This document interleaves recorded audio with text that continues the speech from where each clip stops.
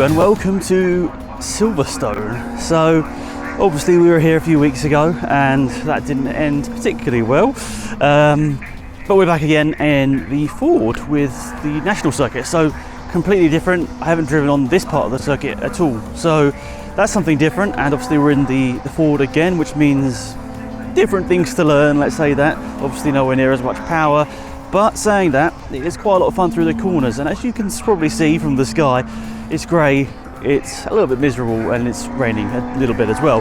So the track's a bit damp. There's some other stuff going on the track right now, and I think most of those guys are going to be on the wet tyres, or at least cut tyres.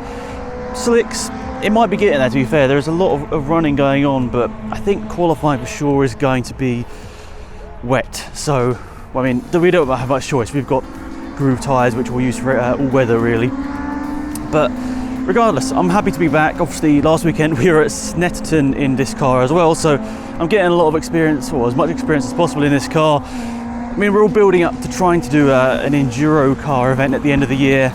Will that all happen or not? I'm still not 100% sure, but we'll see. You know, I've got the experience in this car now, which obviously is going to help. I'm not going to say I'm going to be fast or anything, but it's going to help. So the format of today is qualifying, one race, then lunch, and then another race towards the end of the day. But I'm really looking forward to this one, actually, because, you know, it's probably going to be wet. I need some more experience in the wet, and the Ford K is a good fun car to drive. So we'll speak to you soon after the qualifying session.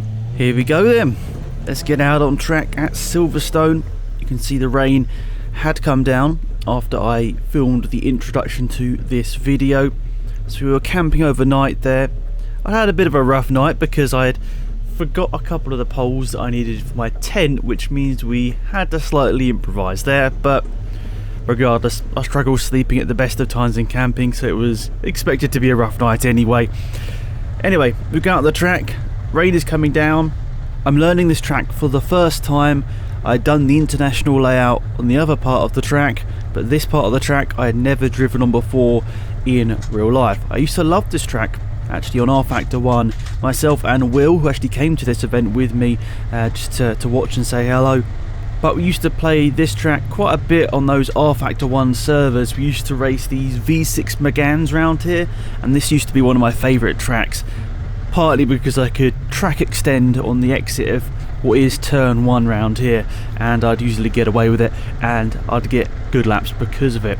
But anyways, I probably wasn't going to be taking enough speed through turn 1 in the KA to go wide. Even if I went flat out through turn 1, I probably wouldn't be going that wide, so no lessons to be learned from those experiences about 10 years ago on R Factor. But regardless, I am going to show you my best lap in qualifying. It was nothing special, something I have repeated quite a bit in this series so far, but I'm a realist. I realise that I'm not the best driver out there. I'm here to have fun. But here's my fastest lap of Silverstone National in the Ford Ka with weird wet conditions.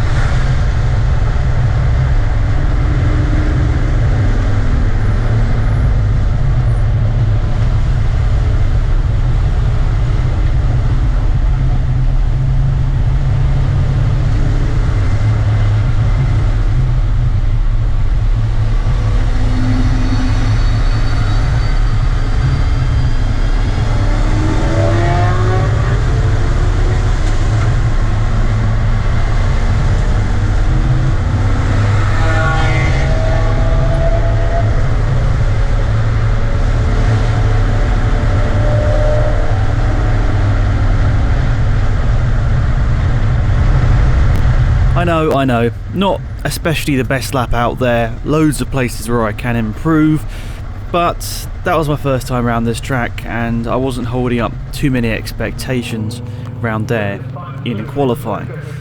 So we rolled back to the pit lane. I think we did scrutineering after the first race, so I just went straight back to our place on the outer paddock after qualifying here, just chat with Dad, and generally thought there wasn't really much we needed to do, possibly lower the pressures if it did get dry before the first race, but if not, probably leave them exactly where they're at and then think about race 2, because the weather forecast for the second race of the day was not looking especially good. We were lucky to get a somewhat dryish first session there with not much rain coming down, but the end of the day looked pretty bad. So there we go, that is qualifying done here at Silverstone National. So as I mentioned before, I haven't driven this circuit at all, so it was always going to be an interesting experience going into qualifying for the first time. The rain did come, it's starting to brighten up a little bit now, so I mean maybe even might get dry enough to be dry in race number 1, but we'll see.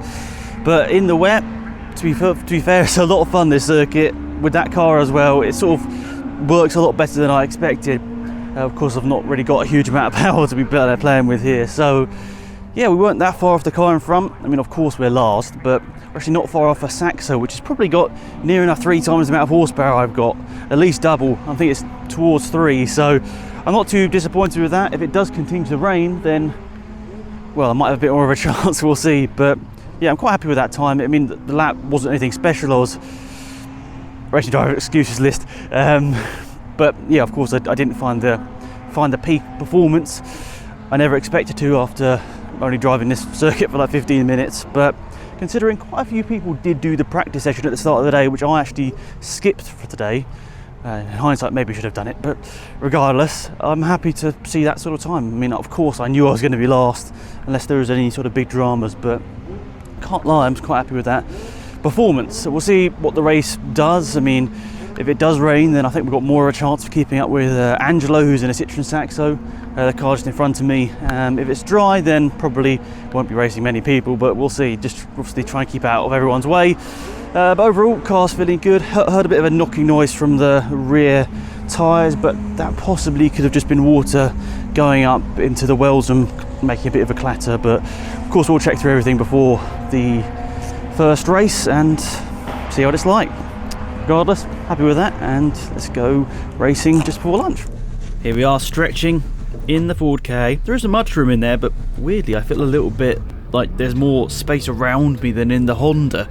It might just be that the seat's a bit bigger and I don't feel so chubby in this one. I feel like it fits a bit better, but that's an aim for next season, 2022. I need to lose some weight, and hopefully that will just improve my whole performance and just general mood through a weekend, because I do get a bit tired in some of the races on some of the tracks. So I hadn't qualified last. Presswell, who we'll speak about a little bit, and he was next to us in the paddock and we'd spoken to at Linden Hill, a nice guy. He didn't get a lap in, or I think he might have only got 1 lap in, which obviously meant that he had to do some laps behind the safety car.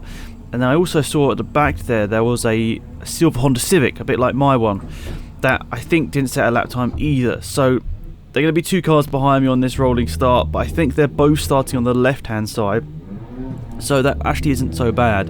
As there's no one directly behind me, I can leave a little bit of a gap, because you know the way I am, I'm always a little bit cautious in these scenarios, which is, I guess, sometimes good, sometimes bad. It was possibly part of the reason why with the incident at Silverstone before, is because I was actually being too nice.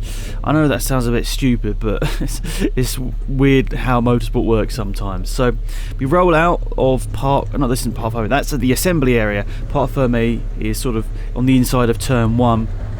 Now you can see the way I've got the camera set up here. It wasn't ideal, I can't lie about that. I was using it for karting, I think, a week or 2 before it, or maybe even between. It must have been between this and the last event, mustn't it? And yeah, I left it on the wrong settings, and this is what I've got. But saying that, my camera that points me actually failed for the second race, so this is somewhat of a blessing. Now we had the fans out there this weekend. Will, who I mentioned earlier, who used to race around this track on R Factor, 10 plus years ago. He was here just to catch up. We hadn't seen each other in a while, and I think this was the first time I think he's actually seen me race. So yeah, it was cool to see him again, and he got a little shot here of us going around on our formation lap for the first race of the day. And saying it, and I was mentioning earlier, would it get dry or not? Well, we were lucky, it did get dry, and this first race of the day was held on a pretty much completely dry track. There were a couple of sections out there which were a little bit damp, but there was a very clear dry line, and whilst the sun isn't out in this shot right now, I can affirm to you that there was a little bit of sun that came out that dried off the track a little bit, and we were quite lucky overall that there was a nice dry line. So we'd all well, I guess most of us were already on dry tyres or intermediate-ish tyres in that first session, but the drivers that could use slicks would have gone over to them for this session. So the way that this series works, the Super Saloons, to put it quite basically, the Super Saloons are allowed more aero, they can have slicks, whereas tin tops, you can't have slicks, only like semi-slicks like the Nankang tyres we have on the Civic, and also we're basically not allowed as much power in some ways, and also you can't have too much aero. That's why Presswell, I think to our left here, he was originally entered into tin tops, but I think as you can see he's got a bit of a spoiler on the back of that thing, so he had to be moved over to Super Saloons. So here we are, the rolling start. I was keeping a little bit of a gap to the cars in front. I thought this was quite a busy grid, I think of about 25 cars, so I was just trying to make sure that going to turn one, I wasn't hopefully going to get involved in any drama if there was any. But the way that this track is, 3 big old straights, and then I guess slightly bigger than 45-degree corners, means that, well, I'm not exactly the ideal car for this track. Let's just say that we're pretty much at the worst track for this Ford KA, because this car, to try and get anywhere near the ones in front, would ideally like loads of little twisty bits with not big straights, and this just has 3 big straights and 3, well, I'm putting it very basically, but 3 quite high speed corners. So you can see here I've mixed in some rear facing footage that I unfortunately only got for this first race of the day. The thing is with cameras, I know it's the industry now I work in, cameras are temperamental, people are temperamental, and the people I'm talking about is myself. I forgot to turn on the camera, but also the one inside the car looking at me also failed. So that's why I just set up as many cameras as possible, because I've had this issue before. GoPros get hot, they run out of battery, all these sort of things. So I'm just trying to cover all angles as best as possible. So I'm just going to stay on this rear camera here. You can just see how quick the closing speed is around this track, which thankfully didn't really cause any dramas over the weekend, but I was a little bit worried. I did ask the officials, what do I do if there's like a safety car, for example, and you know, a couple of cars have lapped me and I'm in the middle of the pack. They're going to want to try and get past me. You know, the leaders could have bolted. The guys behind me can't overtake until the line. They might have lost like 5 or 10 seconds by the time we get there. So I said I'm going to pull into the pit lane if we do have a safety car, and for whatever reason I am near the front of the pack. That didn't ever happen. I don't think we even had a safety car at all over the weekend technically, but we'll get onto that a little bit later. But at this point you can see I'm just doing my best to try and stay out of people's way. I'm using my indicators here. In the Honda it wouldn't be needed because the speeds aren't so different, but in a car that is such a different speed to anything else out there, to be clear, there is a class for these types of cars, and that's what I've been running, and that's the reason why I chose to enter it in this series, is because there is a class specifically for it. But the closing speeds and the difference in speed is so massive. I always just want to be clear with my intentions in terms of flicking the indicator on left or right, whichever way it's going to be. Generally I just stay on the racing line, but I just make sure that the driver behind knows that with the use of my indicators. You can see how quick these BMWs are going past me here. I don't know how quick I was going in a straight line here, I can't say for sure, but some of these cars are probably nearly getting top speeds of at least double mine, I'd say, down some of these straights, which I know sounds absolutely crazy, but that's just the way it is. This is a 65 I think horsepower Ford KA, and we've got cars in this race right here with 600-700 horsepower. I think that says it all right there. Regardless, I was having a good time. I knew we were still having issues with the Civic, so, well, I say issues, it was still waiting to be repaired at this point. So it wasn't really an issue, it was more about me sourcing the parts and getting them all ready. But we were determined to get the Honda back out there and to go racing once more this season. And we'll get onto that at some point about what happened with the Honda. But we were lucky enough to use this Ford Ka for more events than I initially planned, but it was good for me. I really enjoyed the experiences. You can see here, I wanted to show this. It's a nice example of through the corners. I think I'm doing quite well here. I'm keeping up with this Peugeot, and even into this corner here, braking a bit later through the corner and matching it, even closing in on it a little bit. So I don't think I'm doing the worst job in the world out there. Obviously I'm not using all of the track. I still am that sort of person that struggles to fully, to put, for want of a better word, send it into the corners. I've got that little thing in the back of my mind that won't maybe let me go that last 1 or 2%, which is fine. This is club level racing. I don't want to be a professional racing driver, so I suppose I don't really need that, but I just need to make sure that few percent doesn't ever cause any indecisiveness out on track. There we go, a little bit of a speed difference there. That's Alex Sidwell's V8 Holden Commodore Aussie supercar. And Rod Burley coming through as well. Unfortunately, Rod, who was leading the early stages of this race, would have a wheel come loose in the late stages of this one, and he wouldn't finish the race, so that was a big shame for him.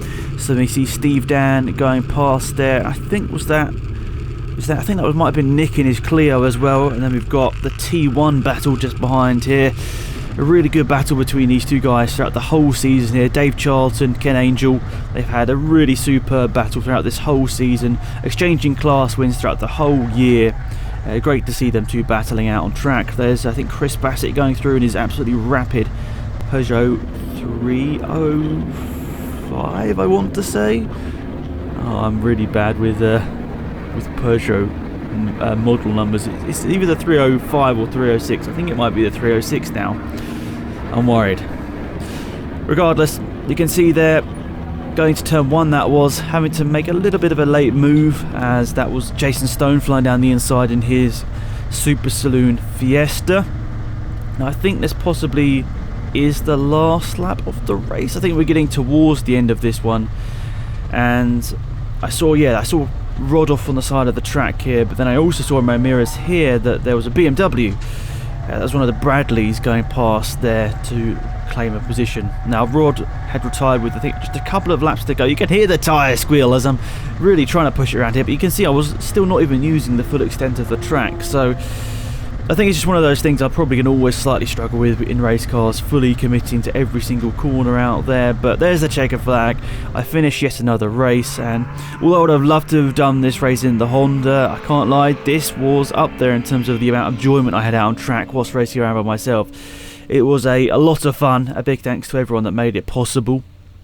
And this was only race 1 of 2. Obviously we'd already done the qualifying session as well, so we were getting quite a lot of track action in on this day. This very weird, wet, then sunny, then you'll see in a bit what happens next. Crazy day, and we'd roll in to, this was now, I guess you'd say, Parc Ferme. It's not like Parc Ferme in Formula 1.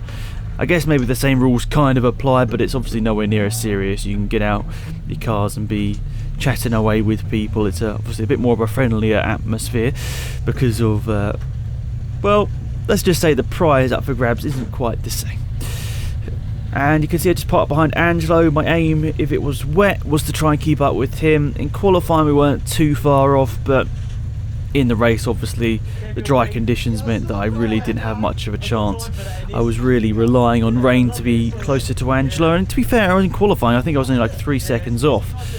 But anyways, and now I'm speaking to Presswell. He's come to my window, just saying hi. Really nice guy. First met him at Linden Hill, where it was our first race of the season, and yeah, he had a chat there, and we were partnered quite close to each other in the paddock as well. So just a great, really friendly paddock, the CMMCS. I mean, of course there always are going to be sometimes occasions where you don't agree with someone 100%, but overall it's been a fantastic season. I've loved every single sort of lap I've done out there this season with these guys. You had the moments at Linden Hill where we were battling closer for a class win in a bigger class, and then the races just racing around in this. It's still been really good fun.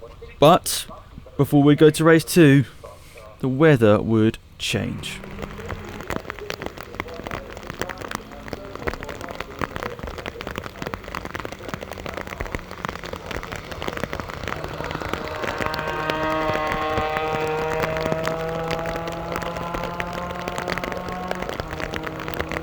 It wouldn't be August in the UK for us to have a day like this where it started with rain, it got nice and bright, the track was completely dry.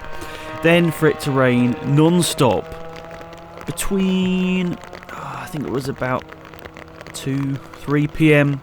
till like 5 p.m. and of course our race was slotted right in that gap. Well, that was the intention, at least.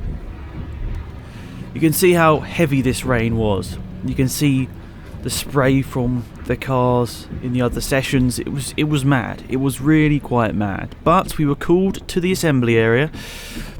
The day had gone okay. There were a couple of incidents, but I think everything was more or less on time. You know, I think that this year, over the last 2 years, to be fair, I think the whole motorsport world has adapted quite well. Things are getting done more efficiently, and even if you get behind for whatever reason, things get back on track a lot better than they used to. At least that's the opinion from a fan turned driver. It feels like it runs a bit smoother now than it used to, but I guess that's years of experience coming into play there. So these conditions would see a couple more cars start behind us, the ones that had retired from the first race of the day. I guess the main one being Rob Burley in that crazy WRC Escort, which you can see just to the left of your screen there, which I think, don't quote me, I think's running something about 600 horsepower, something quite mad. So that was what I was starting alongside in this second and final race today, but look at the track.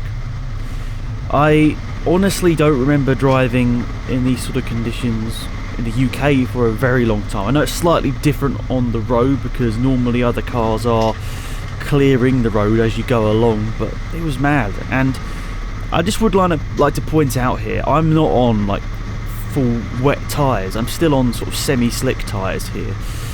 I'm still on those Nankang NS2Rs, which yes have a bit more tread than say an AR1 or an MRF ZTR tyre, which I think we also run in Type R Trophy.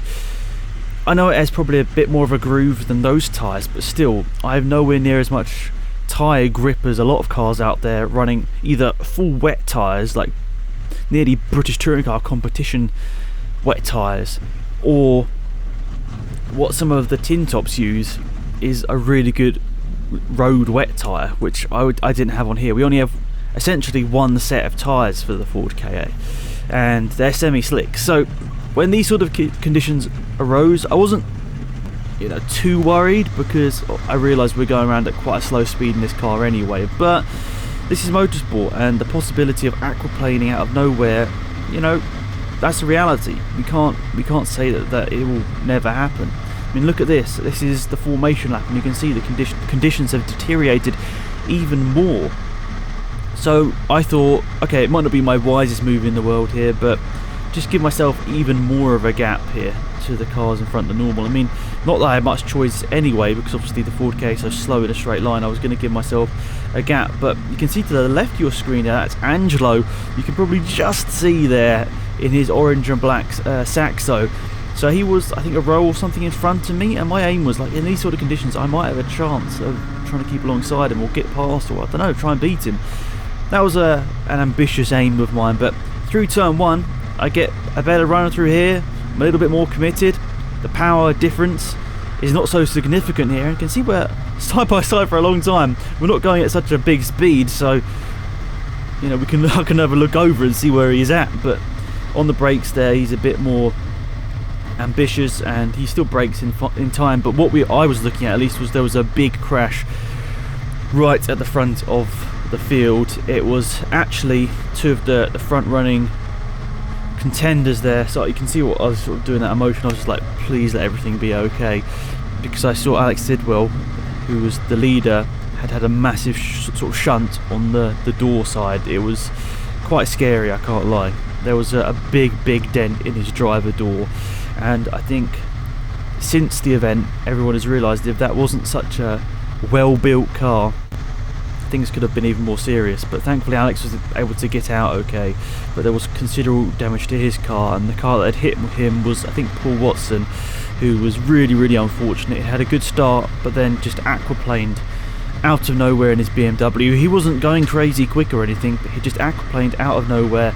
The car at that point it's uncontrollable, and this is just my understanding of the events. And then he sort of went across the grass and hit Alex, obviously completely unintentional, but a scary incident. And actually that's one of the few corners in the world, I think, where it's sort of like that, where you sort of back on yourself, basically going nearly 180 degrees back on yourself, but there's no fence in the way, so there's nothing to stop you just going straight across the grass and T-boning someone. It's happened before in touring cars, there's been scarier accidents in that, but the race was red flagged after initial safety car lap or two, and I think that was completely the right decision. It was really getting bad out there, and we'd just seen one car aquaplane off. I mean, yes, it was one of the quicker cars, but they're possibly able to run better tyres than some of us in the tin tops, where our tyres aren't as good as theirs, and especially mine are definitely not as good as theirs. I'm still on semi slicks, probably the most ball tyres out there. I mean, I'm just throwing out as a claim, I don't know for sure.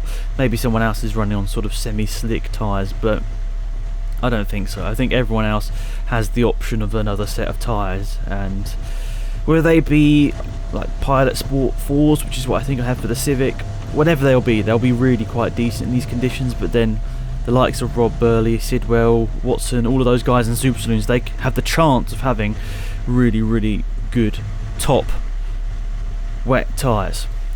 Then Steve came to the window whilst we were sitting in the pit lane.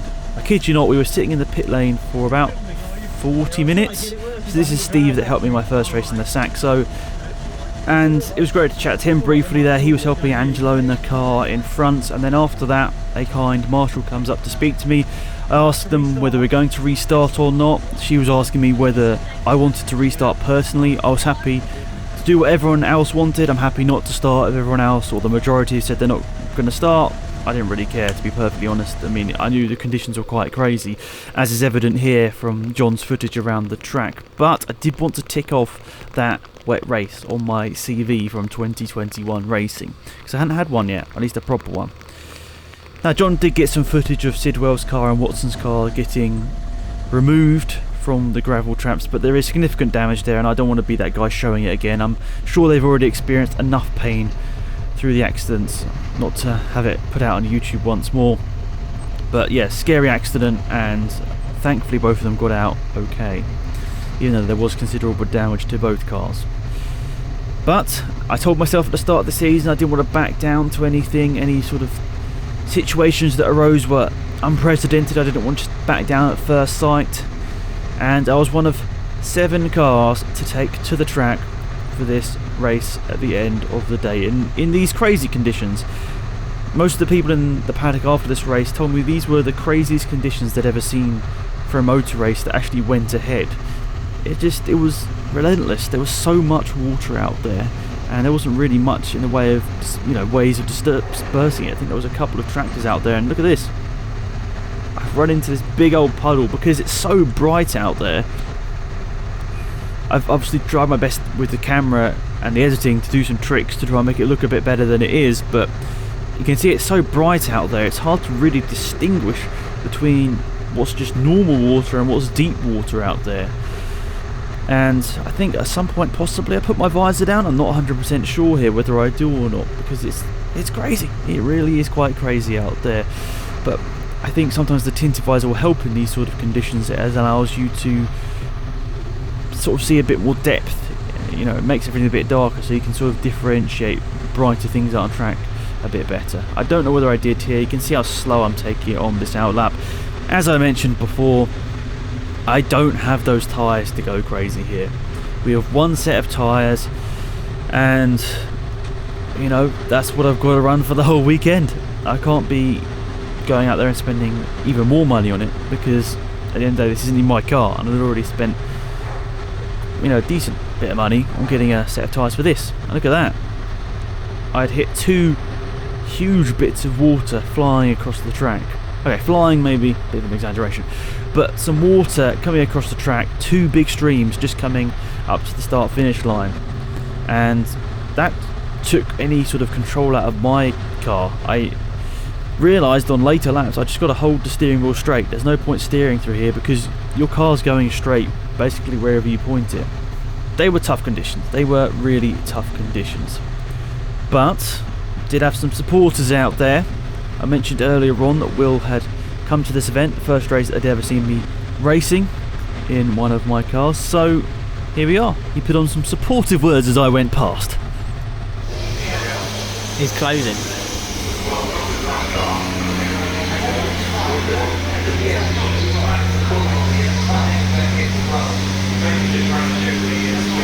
It's easier to track in the wet and move at half the speed. Wow. Thanks, Will. No, it's good.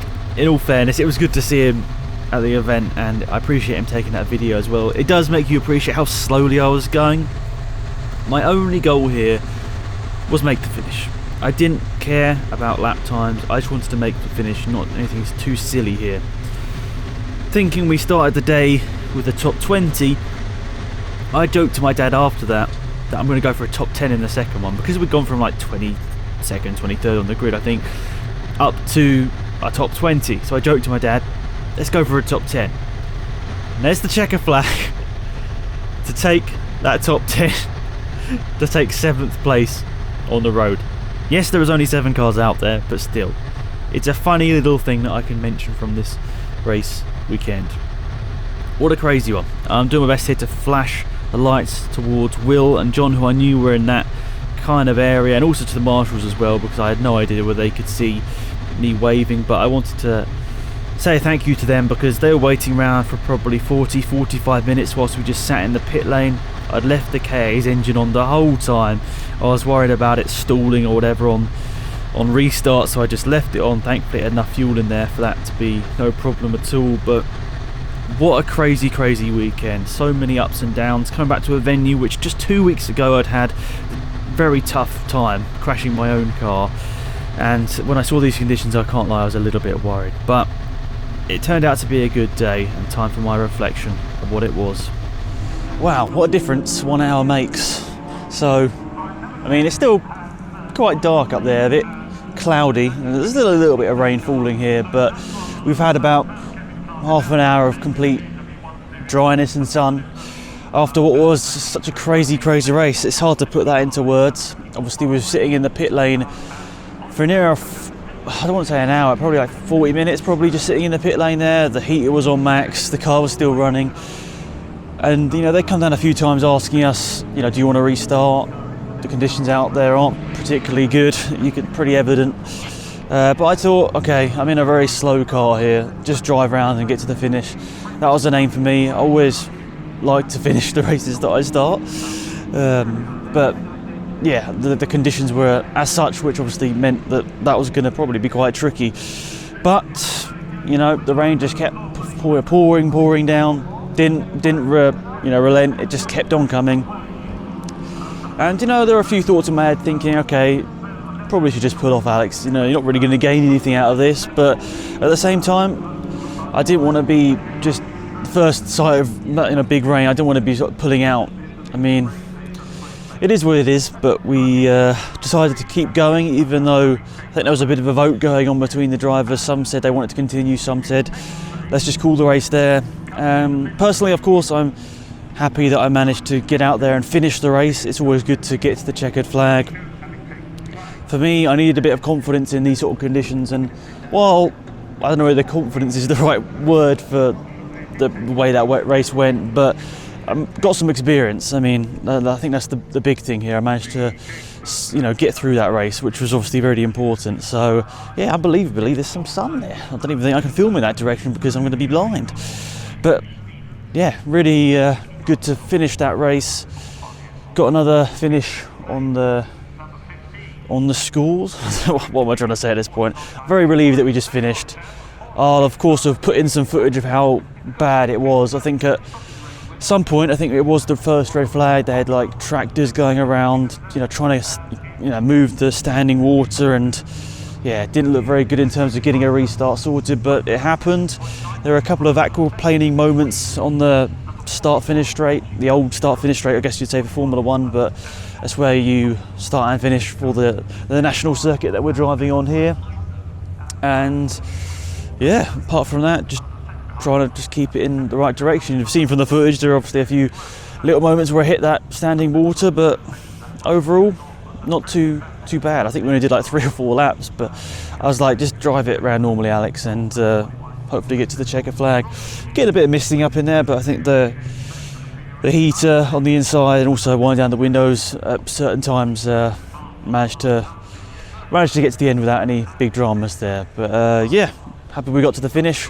Very interesting day. I loved race 1. That was fantastic. I had so much fun. Even though I was just driving around by myself, it was just really enjoyable, and of course just happy to finish the second one. Thanks to everyone at the club which made it a really good day as always. I really enjoy racing with this club, and we'll see what happens at the rest of this year. Maybe I'll do the last 2 rounds. We'll see whether they clash or not, but I don't know. Hopefully back in the Honda at that point. But regardless, very happy with how the day started, finished. Overall, just a great experience. And I'll see you soon for another one. Goodbye.